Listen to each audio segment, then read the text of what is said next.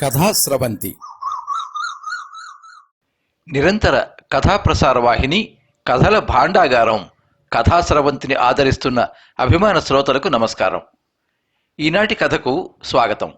మీరు వినబోయే కథ ఉషా తానికొండ నాగయ్య స్మారక కథల పోటీలో విశిష్ట బహుమతి పొందిన కథ మునేలం పులుసు. రచన శ్రీ ఎం రమేష్ కుమార్. సెల్ 9492454678. వినిపిస్తున్నది Pappu Bhogarao. Shri M Ramesh Kumar MA Telugu, BSc, BEd చేశారు. గణిత ఉపాధ్యాయుడిగా పనిచేస్తున్నారు. ఇప్పటి వరకు 120కి పైగా కథలు వివిధ దిన, వార, మాసపత్రికల్లో ప్రచురింపబడ్డాయి. వివిధ విభాగాల్లో కథలు బహుమతులను గెలుచుకున్నాయి. మొదటి కథ శబ్దం ఆంధ్రజ్యోతి ఆదివారంలో ప్రచురించబడింది. హిందీలోకి అనువదించబడి www.abhivyakti-hindi.orgలో వచ్చింది. స్వాతి, స్వప్న, జాగృతి, రచన, హాస్యానందం, విశాఖ సాహితీ, రమ్యభారతి, షార్వాణి, ఉపాధ్యాయ, విశాలాక్షి, ఉషా తదితర పత్రికల్లో కథలు బహుమతులు పొందాయి. 16 కథలతో శబ్దం పుస్తకాన్ని ప్రచురించడం జరిగింది. ఖాళీ కథకు రమ్యభారతి త్రైమాసిక పత్రిక నిర్వహించిన పోటీల్లో మొదటి బహుమతి మరియు సోమపల్లి సాహితీ పురస్కారాల అవార్డు, చెమ్మగిల్లిన నేల కథకు రచన మాసపత్రికలో కథాపీఠం అవార్డు పొందడం జరిగింది.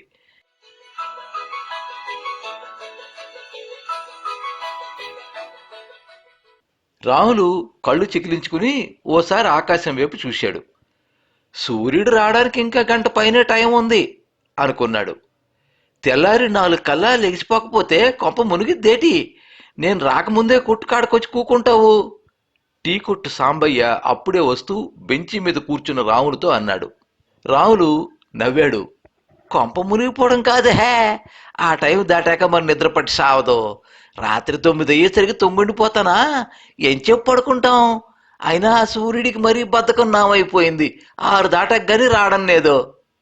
శీతకాలం అలాగే ఉంటది, నీకు తెలదేడు గాని కొంచెం ఆగు, టీ ఇచ్చేస్తాను అన్నాడు సాంబయ్య. 80 ఏళ్లు దాటిన రాములు ఒకప్పుడు మంచి జాలరి. సముద్రంలోకి వెళ్తే బోటు నిండా చేపలు తెచ్చేవాడు. ప్రకృతితో ఎన్నోసార్లు పోరాటాలు చేశాడు. నడి సముద్రంలో తుఫానుని చూశాడు. పడవ మీద చల్లని రాత్రుల్లో చంద్రోదయాల్ని చూశాడు.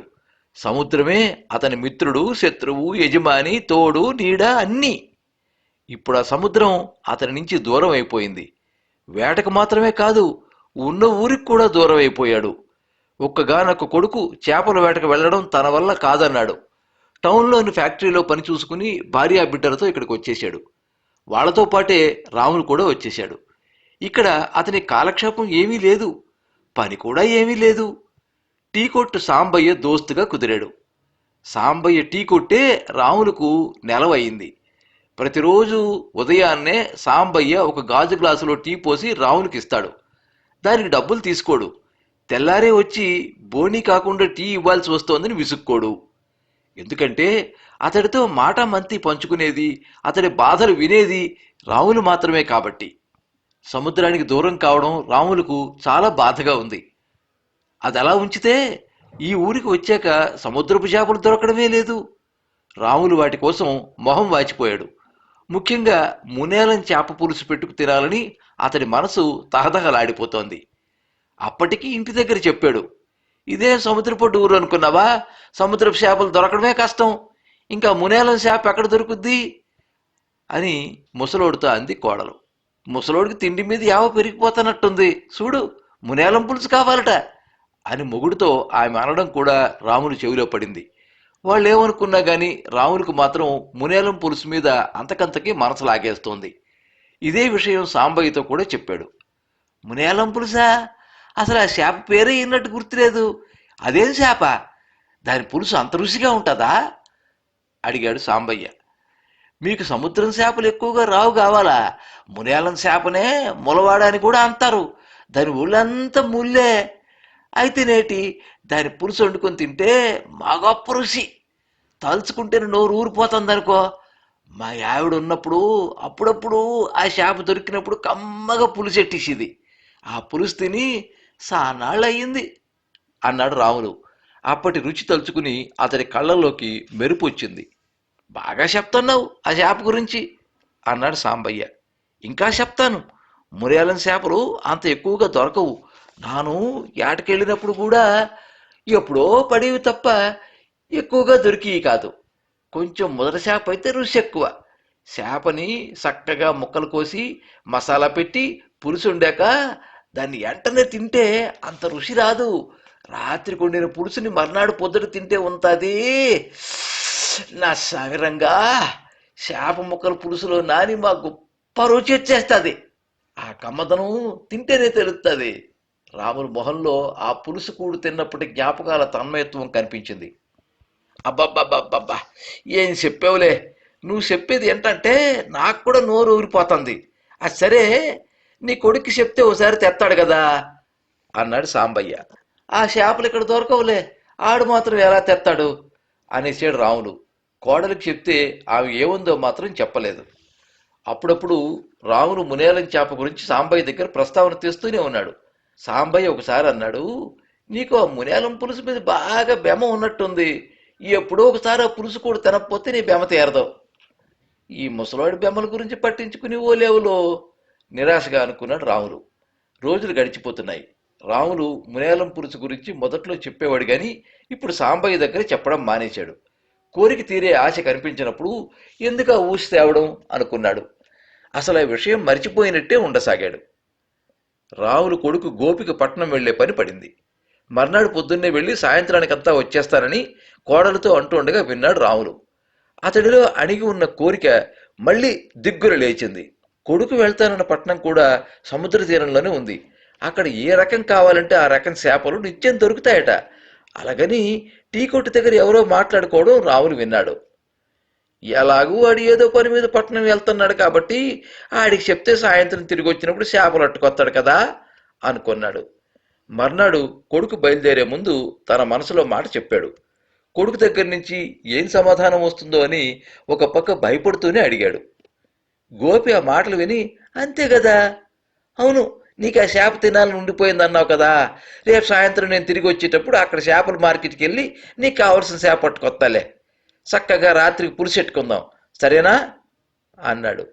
రామునికి ఏనుగెక్కినంత సంబరం కలిగింది. చేప తినే మాట ఎలా ఉన్నా తన మాటను తన కొడుకు పట్టించుకున్నాడని ఎంతో ఆనందం వేసింది. ఆ రోజంతా రాముడు చాలా హుషారుగా ఉన్నాడు. సాంబయ్య టీ కొట్టికి ఆ సాయంత్రం వెళ్ళాడు. ఏదో అనుకున్నాను కానీ మా ఊడికి నేనంటే గొప్ప ఇదేంరా అన్నాడు. ఏటి సంగతి, ఏదో హుషారు మీద ఉన్నావు, అదేంటో చెప్పు మరి అన్నాడు సాంబయ్య. అదేంరా, మా ఓడు ఏదో పని మీద రేపు టౌన్ వెళ్తాన్నాడు, రాత్రికి తిరిగి వచ్చినప్పుడు చేప పట్టుకుని వస్తానన్నాడు. అయినా నేను నోరిడిసి ఆయన సరిగ్గా ఎప్పుడు అడగలేదు కదా, ఇప్పుడు అడిగాను. వెంటనే మరో మాట లేకుండా తెత్తానని చెప్పాడు అంటూ ఉదయం జరిగిన విషయం చెప్పాడు రాములు. సాంబయ్య నవ్వి, హోర్ని, చేపల పులుసు కోసం ఎంత అడావిడి చేస్తున్నావురా నాయన, సరేనే, మొత్తానికి పట్టుబట్టి నీ బెమ్మ తీర్చుకొంతన్నావు అన్నాడు. మర్నాడు ఉదయాన్నే ఊరికి వెళ్లిన కొడుకు గోపి ఆ సాయంత్రం చీకటి పడ్డాక తిరిగి వచ్చాడు. అప్పుడు అందరూ ఇంట్లోనే ఉన్నారు. కూతురికి గాజులు, చెవిలో లాకులు బజారులో తీసుకున్నాడట. అవి చూపించాడు. పెళ్ళానికి కొత్త కోక తెచ్చిచ్చాడు. తన కోసం కొత్త చెప్పులు కొనుక్కున్నానని చూపించాడు. అదంతా చూస్తున్న రాములు కొడుకు, శాపను తెచ్చాడా, ఏ సంచిలో పెట్టాడు అని ఆత్రంగా చూస్తున్నాడు. రాములు వంక చూడగానే అప్పుడే బుర్రలో ఏదో వెలిగినట్టు, అర్రర్రే, నువ్వు చేప తీసుకురమ్మని చెప్పావు కదా, మర్చిపోనానయ్యా, ఇవన్నీ కొనేసరికి ఇంక ఏళ్ళ మించిపోతుందని బస్సు స్టేషన్కి పరిగెట్టినాను అన్నాడు. రాములు ఒక్కసారిగా గాలి తీసేసిన బొంగలా అయిపోయాడు. అతడికి కొడుకు చెప్పిన మాట కష్టంగా తోచింది. అందరికీ అన్నీ తేవడానికి జ్ఞాపకం ఉంది కానీ నేను చెప్పిన మాట మాత్రం మర్చిపోనాడా అని మనసులోనే బాధగా అనుకున్నాడు. అతడికి ఆ రాత్రి సరిగ్గా నిద్ర పట్టలేదు. ఉదయాన్నే ఎప్పటి మాదిరిగా సాంబయ్య కొట్టుకు వెళ్ళాడు. నిన్న నీ కొడుకు చేప తెచ్చాడా, శుభ్రంగా పులుసెట్టుకుని తిన్నావా, నీ బెమ్మ తీరిపోయి ఉంటుంది రామును చూస్తూనే అడిగాడు సాంబయ్య. రామును ముఖం వేలాడేసుకుని నిన్న జరిగిన సంగతి చెప్పాడు. అయ్యో, ఇంకా నువ్వు మునియాలం పులుసు తిన్నావేమో, నీ బెమ్మ తీరిపోయింది కావాలా అని ఎంతో అనుకున్నాను, అలాగైందా సానుభూతిగా అన్నాడు సాంబయ్య.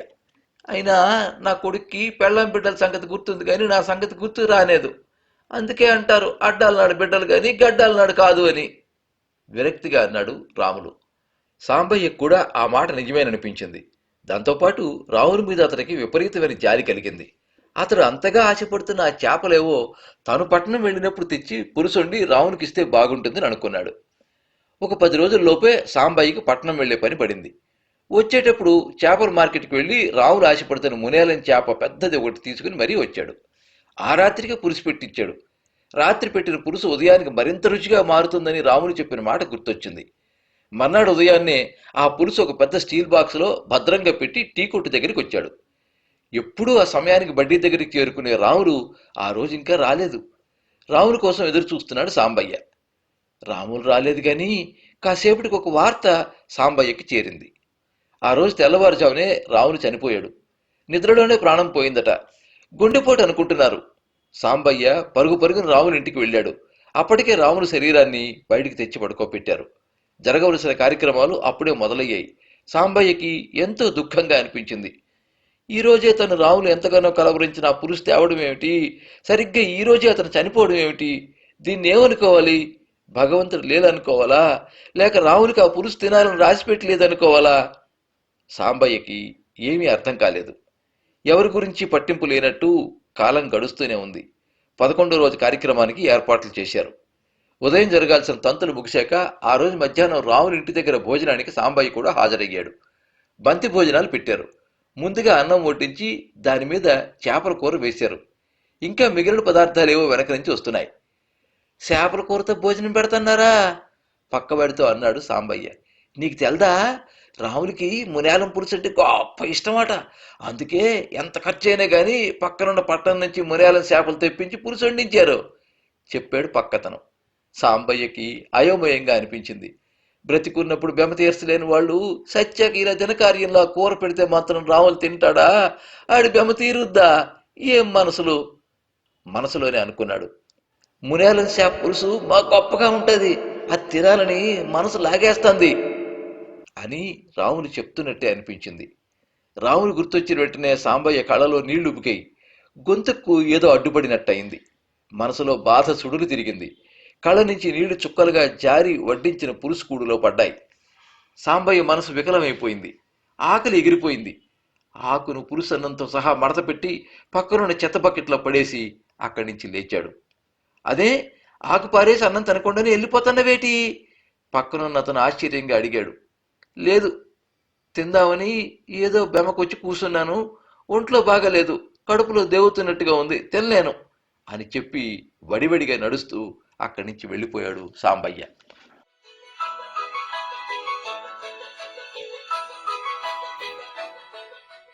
మీరింతవరకు ఉషా తానికొండ నాగయ్య స్మారక కథల పోటీలో విశిష్ట బహుమతి పొందిన కథ మునేలం పులుసు విన్నారు. రచన శ్రీ ఎం రమేష్ కుమార్. సెల్ 9492454678. వినిపించినది పప్పు భోగారావు. ఈ కథ నవంబర్ 2025 16:30 తేదీల ఉషా నవరసాల పక్షపత్రిక ప్రత్యేక సంచికలో ప్రచురితమైంది. ఈ కథ మీద మీ అమూల్యమైన అభిప్రాయాన్ని కింద కామెంట్ బాక్స్లో రాయండి. ఈ వీడియోని లైక్ చేయండి, మీ మిత్రులందరికీ షేర్ చేయండి. ఇలాంటి మరిన్ని మంచి కథలు వినిపించడానికి ఈ ఛానల్ని సబ్స్క్రైబ్ చేసుకోండి. పక్కనే ఉండే బెల్ ఐకాన్ని క్లిక్ చేస్తే ఇలా అప్లోడ్ చేసే వీడియోల వివరాలన్నీ కూడా మీకు ఎప్పటికప్పుడు నోటిఫికేషన్ ద్వారా తెలుస్తాయి. ఎప్పుడు మీ అభిమానాన్ని కోరుకునే పప్పు భోగారావు. సర్వే జనాః సుఖినో భవంతు. కథా స్రవంతి.